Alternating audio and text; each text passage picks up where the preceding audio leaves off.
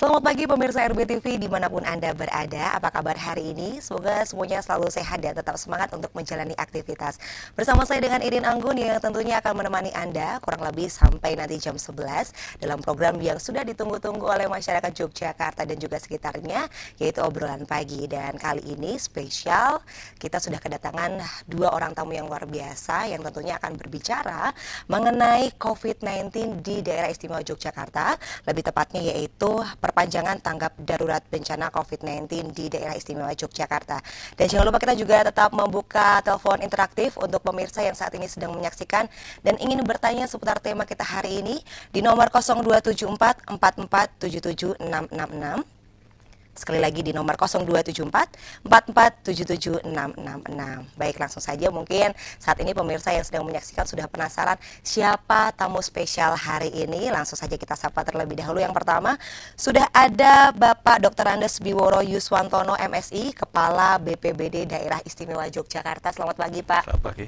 Sehat ya? Sehat. Ya. Alhamdulillah. Dan tentunya selain ada Bapak Biworo Yuswantono, kita juga sudah kedatangan tamu spesial yaitu Bapak Dr. Andes Novia Rahmat MSI, Kepala Satpol PP Daerah Istimewa Yogyakarta. Selamat pagi Bapak. Sehat ya Bapak ya? Alhamdulillah sehat, Mbak. Sudah siap untuk memberikan ilmu yang positif tentunya untuk masyarakat yang saat ini sedang menonton tentunya. Yeah. Baik. Untuk pemirsa sekali lagi boleh bergabung bersama dengan kami, jangan malu-malu, langsung saja di nomor 0274 4477 666. Baik, kali ini saya ingin ke Bapak, ini kita manggilnya Bapak Yus atau Bapak Biworo?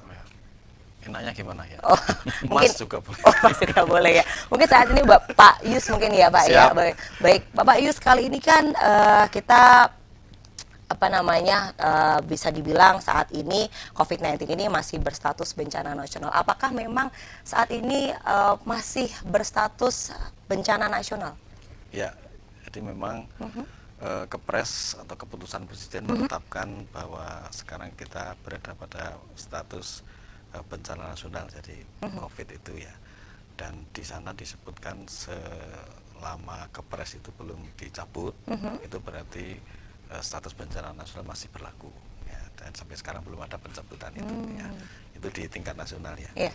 Nah, kemudian di tingkat daerah, jadi gubernur sudah mengeluarkan juga keputusan gubernur nomor 197 garis miring Kep garis miring 2020 yang isinya adalah perpanjangan status tanggap darurat daerah istimewa Yogyakarta mulai 1 Juli sampai dengan 31 Juli.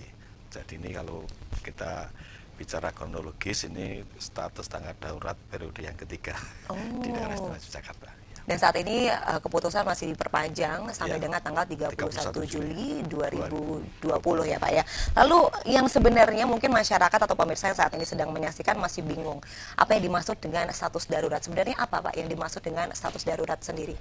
Ya, tentu status darurat itu menggambarkan bahwa kondisi atau ancaman dari pandemi COVID ini masih ada, masih kita hadapi, dan itu juga didukung dengan data-data, baik data epidemiologis dalam arti data kasus, ya, kemudian juga data-data dari sisi surveillance, pemetaan, dan juga pelayanan kesehatan. Jadi epidemiologi kita tahu bahwa memang kita kasusnya itu relatif rendah ya, jadi bahkan kemarin juga 0, tetapi juga pernah mengagetkan kita 10 ya, 10 tapi range-nya antara itulah. Paling tinggi 10 kemarin itu, tapi rata-rata 2, 3, 5 gitu. Tapi kalau kita kemudian lihat kurvanya dari awal Maret sampai sekarang ya masih tetap tambah terus ya, karena tambah 2 terus ya. Nah, ini yang artinya bahwa transmisi itu masih terjadi ya. Apalagi sekarang atau akhir-akhir ini yang terjadi adalah transmisi impor ya, dari luar. Kemudian yang kedua juga konteks pelayanan kesehatan. Jadi kita ingin memastikan bahwa penanganan kesehatan dampak COVID ini itu bisa dilakukan secara optimal, sehingga memerlukan langkah-langkah cepat, kemudian dalam akses, juga dukungan sumber daya, baik SDM maupun sumber daya dana dan juga sarana prasarana lah. Dengan status ini diharapkan itu semua bisa tertangani dengan atau terdukung dengan baik. Tetapi ada catatan bahwa tanggap darurat periode ketiga ini statusnya memang tanggap darurat, tetapi ini kita sudah mulai persiapan untuk uji coba operasional, membuka objek wisata, perbelanjaan, hotel dan sebagainya. Jadi kita fase-fase menyiapkan ini proses-proses untuk memastikan bahwa protokol kesehatan itu diterapkan di tadi pusat-pusat perbelanjaan, di hotel, di objek wisata dan sebagainya. Jadi justru kemudian dengan tanggap darurat, dengan memastikan penanganan kesehatan secara bagus, memadai, optimal, itu kita ingin ketika kita masuk pada fase menuju new normal ini, itu segala sesuatunya siap. Gitu. Karena ketika aktivitas ekonomi naik, itu harus diimbangi dengan protokol ketaatan yang protokol kesehatan yang juga lebih bagus, lebih disiplin itu. Karena memang kerentanan di sini akan muncul ya. Berarti bisa dibilang saat status tanggap darurat ini diperpanjang, sebenarnya ini juga dijadikan sebuah momentum untuk mempersiapkan menghadapi semua normal atau new normal ini sebenarnya ya Pak ya. Baik, kalau untuk status darurat ini Pak ya, sebenarnya apa yang memang harus diperhatikan oleh terlebih masyarakat di DIY ini untuk menghadapi status tanggap darurat ini? Ya. Artinya dengan status tanggap darurat ini kita ingin memberikan sinyal kepada masyarakat bahwa ancaman itu masih ada, ancaman COVID itu masih ada di DIY. Memang tadi landai ya, dan sekarang pun juga keterpakaian tempat tidur di rumah sakit rujukan itu juga relatif hanya sepertiganya dari kapasitas yang ada. Dibandingkan dengan provinsi yang lain, Jawa Timur misalnya ya, sampai overload ya. Betul, sampai overload. Sebenarnya kita juga, ini yang perlu kita pertahankan ya, supaya kemudian betul-betul nanti melandai, bahkan konsisten semakin berkurang untuk kasus itu. Baik, terima kasih untuk Pak Yus. Kalau tadi kita sudah ke Pak Yus, sekarang kita beralih ke Pak Noviar Rahmat ya Pak ya. Beliau merupakan Kepala Satpol PP Daerah Istimewa Yogyakarta. Kalau bisa dibilang kali ini untuk peran rekan-rekan dari Satpol PP ini dalam memutus rantai penyebaran COVID-19 ini apa Bapak? Silahkan. Jadi kami dari Satpol PP sebetulnya tidak berdiri sendiri ya. Karena di dalam gugus tugas penanganan COVID-19 DIY, kami bersama-sama dengan TNI dan Polri bergerak dalam gugus tugas pengamanan dan penegakan hukum. Nah, tugas kami adalah memastikan protokol kesehatan yang dilaksanakan di masyarakat itu dapat terimplementasi dengan baik. Artinya ketika tanggap darurat ini diperpanjang sampai dengan tanggal 31 Juli ke depan, maka tugas kami adalah semakin berat bagaimana setiap pelaku usaha, masyarakat, ataupun tempat-tempat objek wisata itu harus menegakkan protokol kesehatan yang terdiri dari 3 rukun ini, yaitu dari pakai masker, jaga jarak, kemudian tempat cuci tangan. Nah, itu yang harus kami pastikan. Dan semua tempat-tempat yang akan kami lakukan supervisi ke depan ini itu harus menegakkan protokol kesehatan, termasuk di keramaian-keramaian. Nah, kalau selama tanggap darurat tahap pertama dan perpanjangan kedua, fokus kami lebih kepada pembubaran kerumunan. Banyak sekali kerumunan massa. Tapi nanti di tahap ketiga perpanjangan ini fokus kami adalah ke supervisi. Jadi untuk memastikan bahwa setiap tempat usaha, setiap hotel restoran, setiap tempat wisata ataupun pasar modern, pasar tradisional menerapkan protokol kesehatan dengan baik. Itu artinya bahwa kita berharap dengan penegakan ini terjadi pemutusan mata rantai penyebaran COVID-19 ini, dengan harapan pada saat kita menuju new normal, maka penyebaran COVID di DIY sudah semakin turun. Nah, kunci keberhasilan penegakan hukum ini adalah ketika penyebarannya semakin rendah. Artinya kita berhasil melakukan edukasi, sosialisasi, fasilitasi ke masyarakat. Kita fokus tidak akan melakukan sanksi-sanksi dalam bentuk penegakan hukum seperti yang dilakukan oleh DKI Jakarta, tapi fokus kita adalah melakukan edukasi, sosialisasi, serta fasilitasi kepada masyarakat. Jadi setiap hari kami di lapangan pagi siang malam itu tiap hari tanpa kenal hari libur, tidak tahu tuh tanggal merah, tidak tahu juga. Mau hitam, merah, semuanya sama ya Pak ya? Semuanya sama, kami hitam semua. Semua hitam. Ya. Jadi itu yang kami lakukan setiap hari, udah 4 bulan terakhir ini. Nanti perpanjang lagi nih sampai 31 Juli. Tapi tentunya harus siap sedia tentunya ya Pak ya. Ya, karena ini tugas kemanusiaan, tugas yang sangat mulia. Kami dari Satpol PP, kemudian TNI dan Polri itu selalu bersama-sama di lapangan melakukan edukasi kepada masyarakat. Baik, kalau kita berbicara mengenai penegakan protokol kesehatan ya Pak, apakah memang cukup untuk masyarakat hanya mematuhi protokol kesehatan seperti yang minimal dianjurkan oleh pemerintah ya Pak, seperti menggunakan masker, physical distancing dan lain sebagainya. Apakah itu cukup Pak untuk kira-kira memutus rantai penyebaran COVID-19 ini, atau mungkin hal-hal apa yang harus lebih diperhatikan masyarakat untuk ikut membantu dalam memutus rantai penyebaran COVID ini? Ya, pertama yang penting sekali sebetulnya bukan ada penegakan dari pemerintah atau dari aparat sebetulnya. Yang kita pentingkan sekali adalah bagaimana adanya peningkatan disiplin individu-individu. Jadi disiplin, kalau individu-individu itu sudah disiplin menegakkan protokol kesehatan sendiri, misalnya dia setiap keluar rumah harus pakai masker, selalu menjaga jarak, ketika masuk ke suatu tempat dia harus cuci tangan. Nah, di samping itu juga ada selalu mengkonsumsi gizi seimbang, minum vitamin, berolahraga yang teratur. Nah, itu juga bagian yang harus ditegakkan. Nah, kami berharap sebetulnya munculnya dari pribadi-pribadi, bukan karena diawasi. Nah, itu yang penting sekali. Kami dari aparat maupun dari pemerintah setempat, karena juga kita dari RT, RW, kemudian dari Pak Dukuh, Pak Lurah, Pak Camat, juga ada gugus tugas yang ada di tingkat kecamatan, tingkat bawah, melakukan hal yang sama. Tapi kita tidak berharap untuk itu yang berperan, tapi adalah masing-masing yang muncul dari dalam. Nah, itu yang selama ini kita lakukan. Pak Gubernur juga tidak menginginkan ada sanksi-sanksi, tidak menginginkan adanya denda-denda dalam bentuk apapun. Tapi adalah orang Jogja mempunyai budaya yang cukup tinggi. Budaya ini yang kedepankan.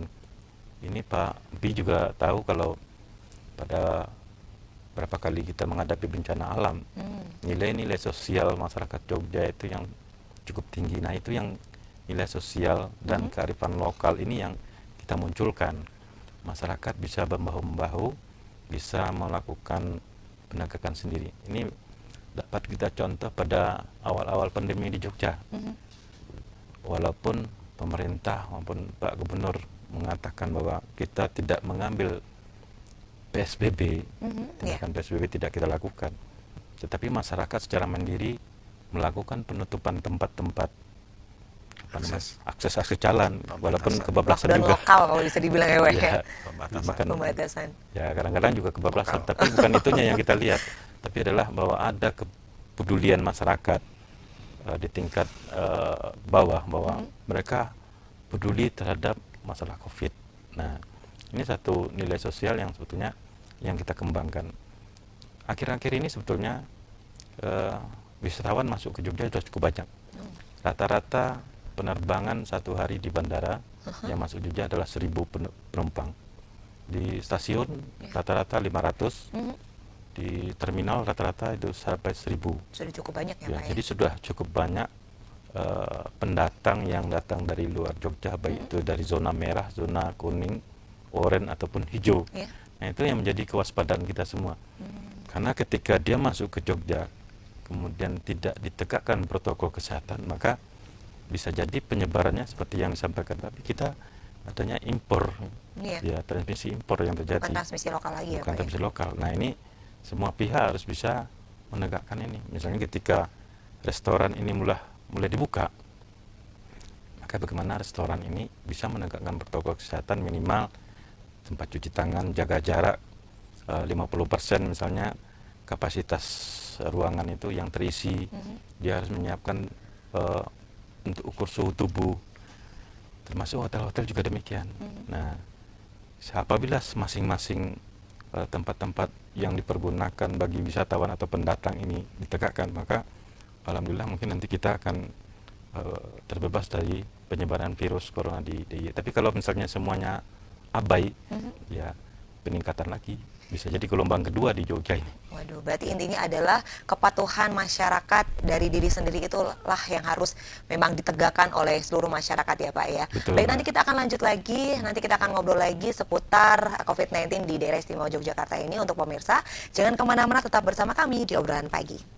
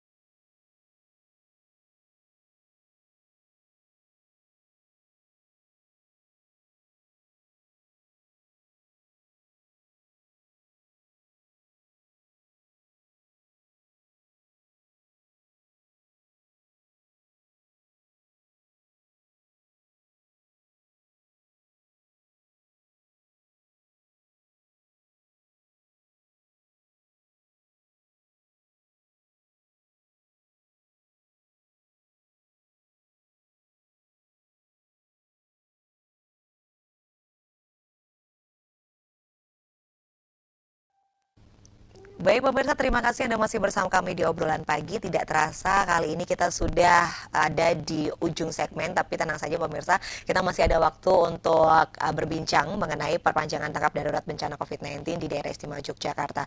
Baik, kita ke Pak Yus dulu nih Pak. Pak, otomatis kalau kita ngomongin tanggap darurat nih Pak ya, ada yang menentang dan ada yang menerima.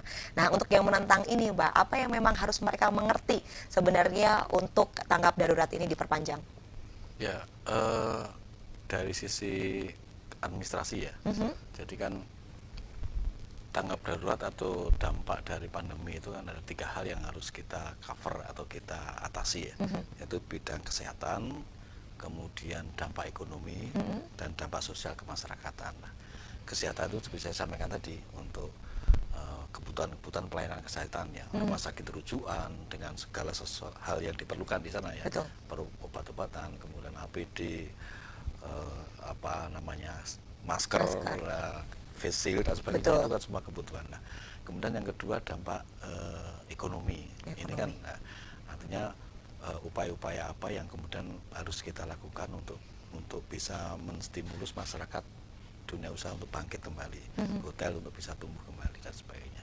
Kemudian yang ketiga adalah dampak sosial ekonomi. Nah, ini yang berkaitan dengan bantuan sosial. Jadi kita itu mengalokasikan hampir 200 miliar lebih itu untuk bantuan sosial masyarakat di DIY. Belum itu yang dalam bentuk sembako ya. Jadi itu semua akan bisa tercover atau terdukung aksesnya karena dengan menggunakan belanja tidak terduga itu ketika statusnya masih tanggap darurat. Jadi dengan status itu kemudian kita berusaha memaksimalkan upaya-upaya untuk menangani kesehatan, dampak ekonomi dan sosial kemasyarakatan. Nah, ini yang di satu sisi ya. Nah, di sisi lain kan kemudian tadi ekonomi mulai jalan nih, harus mulai jalan. Lihat lagi ya Pak yang kemudian juga perlu dukungan nih. Betul. Untuk pelayanan kesehatan, pelayanan publik ya. Lembaga pemerintah kan mulai pelayanan nih. Pelayanannya seperti apa? Dia kan perlu face shield, perlu masker, penyesuaian lagi ya Pak, betul. Perlu desinfektan untuk secara rutin. Disemprotkan di ruangan itu kan juga perlu dukungan ini. Nah, ini kami membackup itu untuk semua UPD, bisa samsat, kantor samsat ya, untuk perpanjangan STNK dan sebagainya, perpajakan, kemudian pelayanan publik yang lain. Itu harus di backup.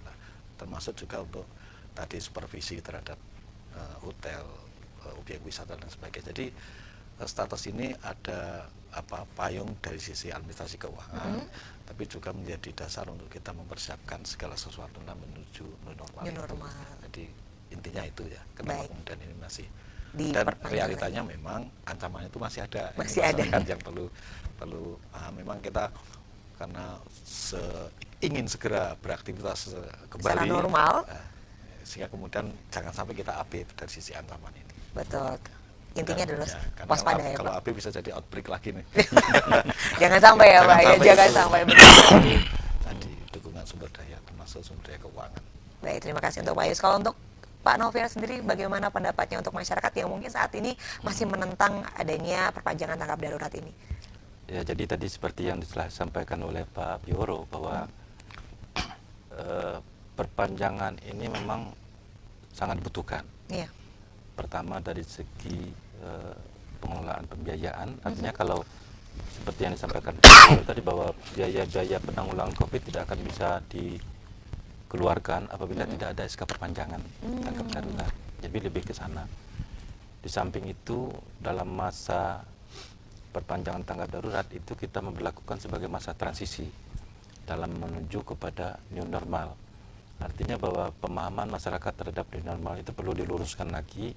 Bahwa masyarakat kadang-kadang ada yang berpendapat bahwa new normal itu mereka akan normal seperti sebelum COVID. Nah, itu yang terjadi pada saat tanggal 16 mereka euforia 6 sama 7 Juni kemarin ya, euforia keluar rumah semua, tumplek di Malioboro. Itu pemahaman mereka terhadap new normal karena wacana-wacana new normal sudah disampaikan di media sosial atau di media massa. Mereka beranggapan bahwa yang namanya new normal sama dengan seperti kemarin. Tidak. New normal itu kan harus berbarengan, protokol kesehatan berjalan, kehidupan normal berjalan. Jadi sama-sama berdampingan. Dan ini memang bencana COVID ini kan agak berbeda dengan yang lain karena memang seluruh negara, seluruh daerah, seluruh provinsi, hampir seluruh dunia ya Pak ya. Itu tidak punya pengalaman sama sekali penanganan COVID, semuanya kan uji coba semua. Iya. Berbeda dengan kalau Pak Bioro kemarin menangani terkait dengan bencana alam, itu dimulai dari pra bencana atau pencegahan dulu. Iya. Kemudian kalau terjadi bencana itu masa tanggap darurat, setelah bencana ada recovery atau pemulihan. Kalau di pandemi ini akan diberlakukan bersamaan. Pencegahan, dalam satu tempo ya Pak. Ya, pencegahan dilakukan bersamaan dengan tanggap darurat, kemudian pemulihan juga dilakukan secara bersama-sama. Jadi 3 komponen bencana ini dilakukan dalam satu tempo waktu yang sama. Betul. Nah ini juga bukan perkara yang mudah. Ketika sekarang masyarakat banyak yang sudah mulai terpapar, kalau tadi terkapar ya Pak. Terpapar dan juga terkapar Pak. Terkapar masalah ekonomi. Nah ini dalam waktu yang samaan kita harus mencegah dan bersama-sama kita harus memulihkan ekonomi. Kita harus mendorong ekonomi berjalan sesuai dengan tatanan yang baru. Pertumbuhan ekonomi DIY sekarang minus 3%. Minus 3%. Nah ini kan harus kita dorong supaya kembali seperti normal, karena sebelum pandemi itu kita cukup tinggi, di atas rata-rata nasional 5%. Kita turun ke bawah sekarang. Nah ini minus ya Pak, 3%. Percepatannya harus dilakukan. Betul. Kalau tidak didukung oleh pembiayaan dari tanggap darurat, ya ini mustahil untuk dikejar. Sehingga itu yang perlu. Kemudian yang kedua harus ditingkatkan. Ya. Nah hasil rapat koordinasi kami kemarin, ya penilaian masih rendah tingkat kedisiplinan.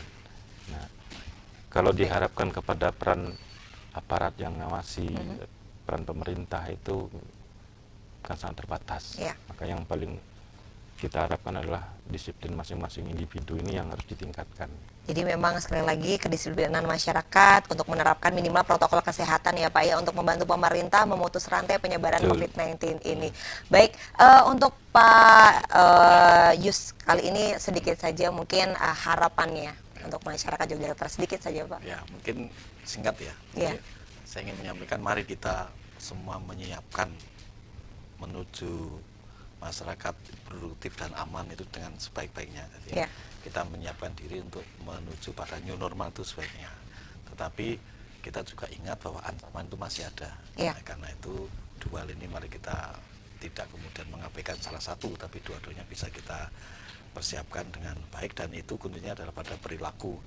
Karena penyakit menular atau pandemi itu ya kuncinya adalah pada perilaku setiap orang ini. Betul.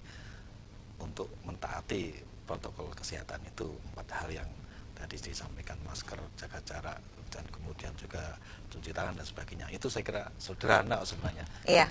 Kuncinya adalah disiplin sebenarnya. Baik, terima kasih tentunya untuk Pak Yus yang sudah bergabung bersama dengan kami, dan tentunya Bapak Novi Rahmat yang juga sudah bergabung bersama dengan kami. Tentunya semoga pandemi ini segera berakhir, dan sekali lagi untuk masyarakat harus tetap disiplin, jalankan protokol kesehatan, dan tentunya tetap jaga jarak, dan kalau bisa stay at home ya Pak ya, kalau memang tidak terlalu penting untuk keluar. Baik pemirsa, terima kasih Anda sudah menyaksikan kami di obrolan pagi hari ini, dan tentunya sampai jumpa esok, dan tentunya tetap jaga kesehatan. Selamat pagi.